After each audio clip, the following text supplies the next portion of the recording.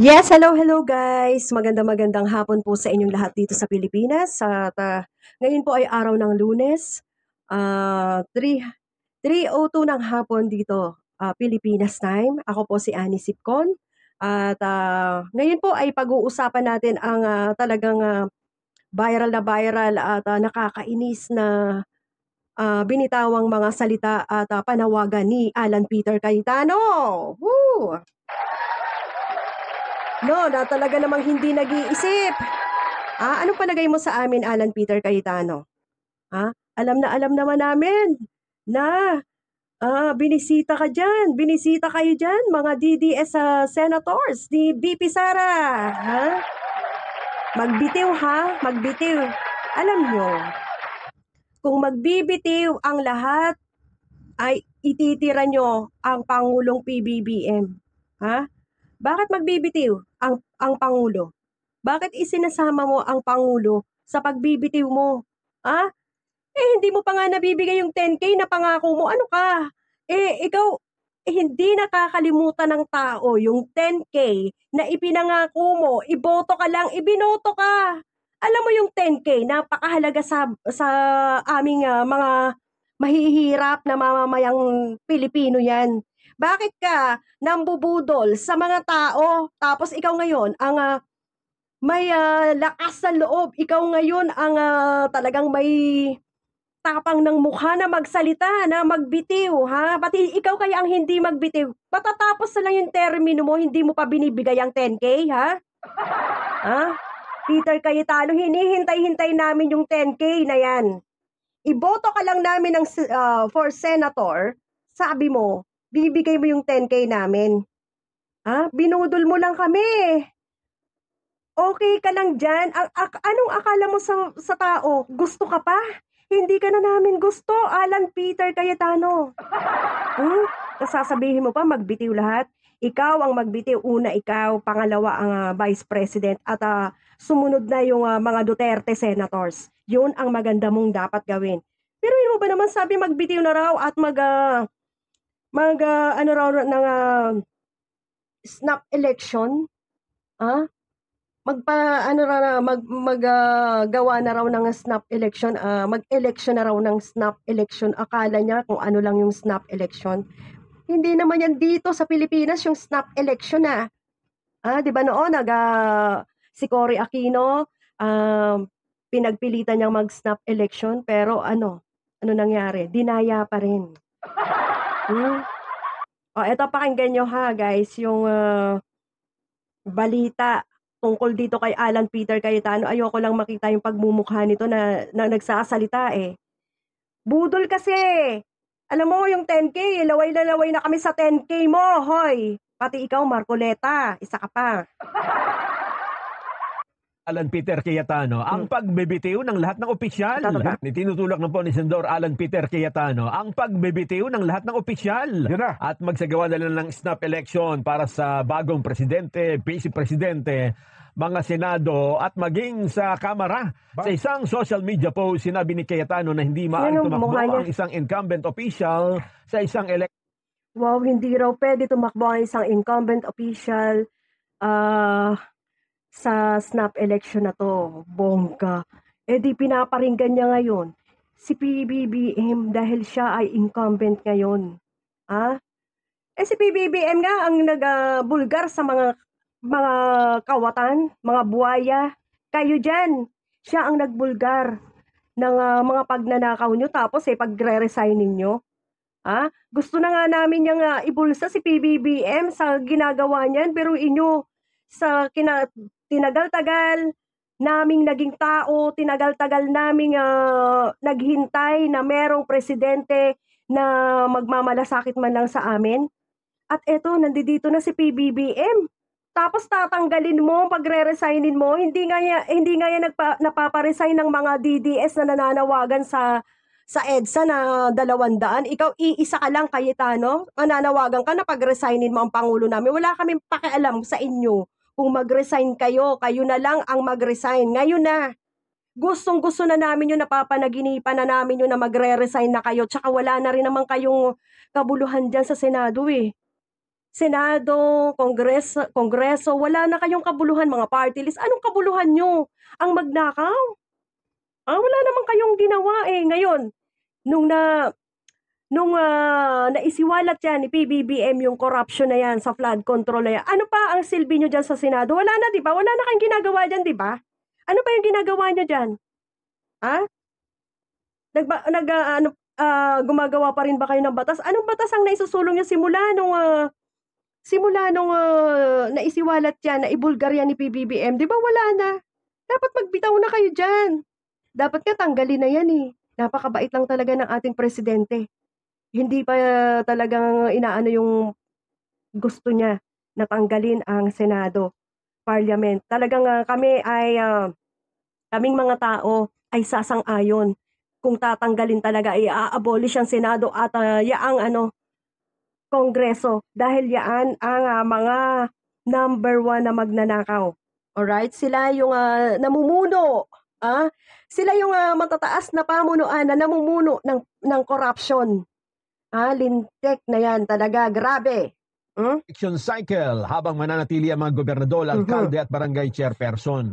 Isa niya itong turning point para sa pagbabago. Sa halip na magsagawa ng people power, dapat magsakripisyo ang people servant. Dagdag pa ni Cayetano na kung talagang mga lingkod bayan sila, hindi dapat matakot sa pagsisimula muli dahil ang tunay na pagbabago ay nagsisimula sa pagiging tapat. Wow! Tapat, ha? Ikaw ba tapat sa taong bayan? Di ba nambubudol ka lang, Cayetano? Nambubudol ka lang, Cayetano, hindi ka tapat, ha? Nambubudol ka lang sa amin. Walang palusot at recycling, kundi isang bagong simula para sa sambayan ng Wait, nawala. Pilipino. Git pa niya, dapat ikonsidera ang naturang what if. What if? At ipanalangin ang ukol dito. Panalangin, ha? Di ka ba kinikilabutan, Cayetano, sa sinasabi mong ipanalangin? Ha? Yung pambubudol mo sa taong bayan na 10K, bibigyan ko kayo ng 10K, iboto niyo lang ako. Itutulong ko yan sa inyo ngayon, 10K lang, hindi mo maibigay, samantalang ang dami-dami nyo pa lang na kukuha dyan sa kabanang bayan, hindi nyo man lang maibigay yung 10K na yan? Ang mga tanga na mga taong bayan, binoto ka naman, kasi nga 10K na yan eh. Yung pala, mambubudol ka, hindi ka na mananalo, Cayetano, kahit anong gawin mo. Hindi ka na mananalo sa susunod. Yaang mga senator na mga korap, yan na nang dapat mag-resign. Huwag mong idadamay, sabi nga ni Tito Sen, huwag mong idadamay yung mga matitino. Ngayon, kung ikaw ay matino, huwag kang mag-resign. Pero yung 10K, sa ginawa mo na pang-uutos sa taong bayan at pagsasabi mo na bibigyan mo ng 10K ang taong bayan, hindi ka na pwede, mag-resign ka na. Plus, baka meron ka ring insertion. Ikaw na ang mag-resign dahil nambudol ka. Alright? Simulan mo, sabi nga ng kapatid mo, di ba? Simulan mo. Ikaw ang mag-umpisa sa mga panawagan mong yan. Peter Cayetano, wag mo nang idadamay ang aming presidente. Dahil ang aming presidente ay siya ang matapang na sinasandala namin ngayon para malutas itong corruption, itong pagnanakaw ngayon dito sa Pilipinas. At siya lang ang matapang na namumuno para hindi magkagulo, na hindi magaya sa Indonesia or sa Nepal man ang mga tao dito. Nakita nyo? Di ba? Nag-umpisa na pero hindi nagaya. Ang mga Duterte senators dapat ang mag-resign. Okay? At iba pang mga magnanakaw dapat yan ang mag-resign. At wag mong i-etsapera ang mga mayor, governor. Mga talamak ding magnanakaw yan eh. Mayor sa Maynila, kung saan-saang mayor. Ang mayor lang dito sa Metro Manila matino, tandaan nyo, 3 lang. Kasama dyan si Magalong. Alright? Ewan ko ba't napasama. Siguro, hindi pa na iimbisigahan ito. Pero, ewan ko ba't kasama si Magalong sa Quezon City daw at si Pasig Mayor. 3 lang. Tandaan mo yan, Cayetano, at diyan sa inyo, sa Taguig, hindi napasama sa mga hindi korap, na mayor ng Metro Manila. So anong ibig sabihin nito? Corrupt din ba ang mayor dyan sa Taguig? At alam namin, kamag-anak mo yan. Huwag ka nang magsasalita, Mayor, Alan Cayetano, Alan Peter Cayetano, huwag ka nang magsasalita dahil nakakagigil ka. Gigil na gigil kami sa'yo. Meron ako ritong nakita nga pala kanina kay Peter Cayetano. kay AJ. Kay AJ, meron akong nakitang post niya tungkol sa'yo. Ayan, sa mga senador law na tulad ni Alan Peter Cayetano na naturigang lawyer, but it seems he doesn't know the Constitution, wala naman sa framework ang snap election. Wala naman talaga dahil parang ginagawa lang to ng isang taong matigas ang ulo. Yung snap election, ginawa lang to ni Cory Aquino noon Okay? Tapos, if ever mag-snap election, sino ang magkukumahog kumandidato? Yung may mga bahid na corruption like Saraulo at Cayetano. Okay? Sabi nga ni Cayetano noon, yung ibang kandidato raw kaya naging congressman dahil nagnakaw at naging senador pa. At posibleng maging presidente. Yung sarili pala niya ang tinutukoy niya. Ayaw niyan dito sa post. Ayan binasa ko lang. Post ni AJ. So sabi ni Senate President Tito Soto, on calls for snap elections, we have constitutional. We have no constitutional nor legal framework for snap election. Wala tayo, wala yan sa constitutional. Okay? Wala yan sa tawag dito. Batas natin. We will be flirting with uncertainty and chaos, just my opinion, sabi ni Tito Soto. Wala raw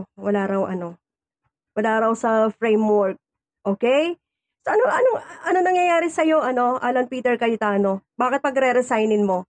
Magre-resign talaga kayo diyan yung mga bulok na senador. Alam na natin yan kung sino at madadagdagan pa yan. Kaya sana ituloy ang hearing. Ituloy ang hearing para doon sa tell-all ni Diskaya para malaman na namin kung sino talaga yung iba pang mga senador na marurumi at mga bulok. Okay? Para meron na kaming idea, para meron na kaming malaman. Okay? Hindi yung magre-resign, babaguhin. Walang pagbabago pagka ganun. Hindi na mababago yan. Tanging si PBBM lang ang magbabago sa inyo. Tandaan nyo yan. Alright? So, yun lang po. Salamat. Etong Cayetano na to. Nako, Cayetano. Tigilan mo kami.